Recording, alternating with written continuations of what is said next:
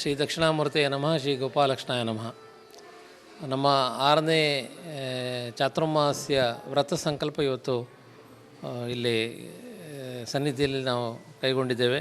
ನಾನು ಈಗಾಗಲೇ ಹೇಳಿದೆ, ಚಾತುರ್ಮಾಸ್ಯ ಅನ್ನೋದು ನಮ್ಮ ಧರ್ಮದಲ್ಲಿ ಬಹಳ ಒಂದು ದೊಡ್ಡದಾದಂಥ ಒಂದು ಕಲ್ಪನೆಯನ್ನು ಇಟ್ಟುಕೊಂಡಂಥ ಒಂದು ಪದ್ಧತಿ. ಅದು ನಾವೇನು ಎಲ್ಲ ಧರ್ಮಗಳು ಕೂಡ ಅಹಿಂಸೆಯನ್ನೇ ಬೋಧಿಸ್ತೇವೆ, ಆದರೆ ಹಿಂದೂ ಧರ್ಮದಲ್ಲಿ ಅದನ್ನು ಅನುಷ್ಠಾನಿಸುವಂಥ ಕೆಲಸ ಹಿಂದಿನಿಂದಲೂ ನಮ್ಮ ಹಿರಿಯರು ನಮಗೆ ಹಾಕಿಕೊಟ್ಟಿದ್ದಾರೆ.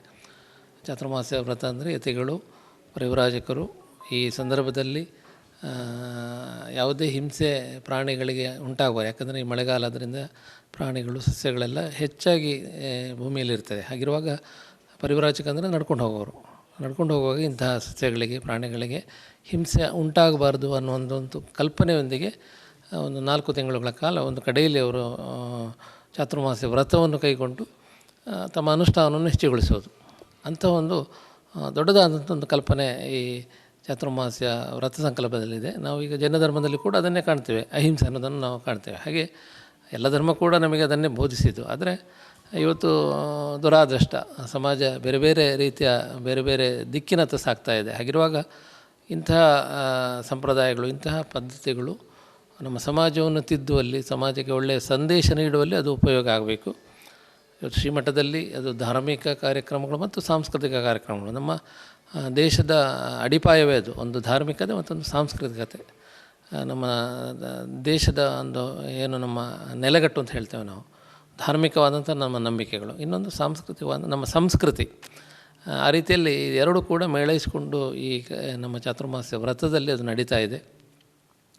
ಭಾಳಷ್ಟು ಭಕ್ತಾದಿಗಳು ಬರ್ತಾರೆ, ಭಾಳಷ್ಟು ಕಲಾವಿದರು ಬಂದು ಇಲ್ಲಿ ತುಂಬ ಸಾಧನೆಯನ್ನು ಮಾಡಿದಂಥ ಕಲಾವಿದರು ಬಂದು ಇಲ್ಲಿ ಅವರ ಕಾರ್ಯಕ್ರಮವನ್ನು ನೀಡ್ತಾರೆ. ಈ ನಿಟ್ಟಿನಲ್ಲಿ ಮಠ ಅವರಿಗೆ ಬೇಕಾದಂಥ ಎಲ್ಲ ವ್ಯವಸ್ಥೆಗಳನ್ನು ಕೂಡ ಮಾಡಿಕೊಡ್ತದೆ.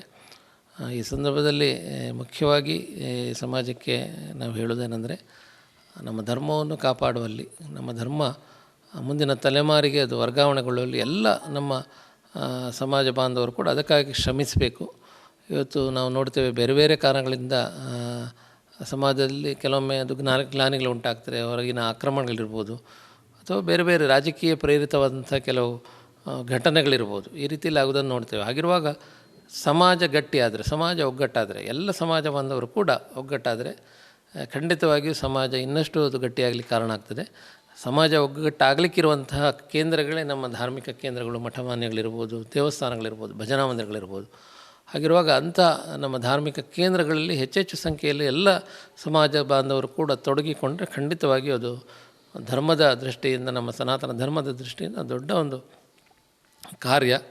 ಈ ಸಂದರ್ಭದಲ್ಲಿ ಅದನ್ನು ಕೂಡ ವಿಶೇಷವಾಗಿ ಅದನ್ನು ಕೂಡ ನಾವು ಸಮಾಜಕ್ಕೆ ತಿಳಿಸ್ತಾ, ಚಾತುರ್ಮಾಸ್ಯ ವ್ರತದಲ್ಲಿ ಬರುವಂತಹ ಎಲ್ಲ ಭಕ್ತಾದಿಗಳಿಗೆ, ಇದರ ಎಲ್ಲ ಸೇವೆಯನ್ನು ನೀಡ್ತಾ ಬರುವಂತಹ ಕಾರ್ಯಕರ್ತ ಬಂಧುಗಳಿಗೆ, ಪತ್ರಿಕಾ ಮಾಧ್ಯಮದವರಿಗೆ, ಕಲಾವಿದ ಬಂಧುಗಳಿಗೆ, ಎಲ್ಲರಿಗೂ ಕೂಡ ನಮ್ಮ ಆರಾಧ್ಯ ಮೂರ್ತಿಗಳಂಥ ಶ್ರೀ ದಕ್ಷಿಣಾಮೂರ್ತಿ ಗೋಪಾಲಕೃಷ್ಣ ಸ್ವಾಮಿ ಆಯುರಾರೋಗ್ಯ ಭಾಗ್ಯಗಳನ್ನು ನೀಡಿ ಹರಸಲಿ ಅನ್ನೋದಾಗಿ ಈ ಸಂದರ್ಭದಲ್ಲಿ ವಿಶೇಷವಾದಂಥ ಪ್ರಾರ್ಥನೆಯನ್ನು ಸಲ್ಲಿಸ್ತೇವೆ.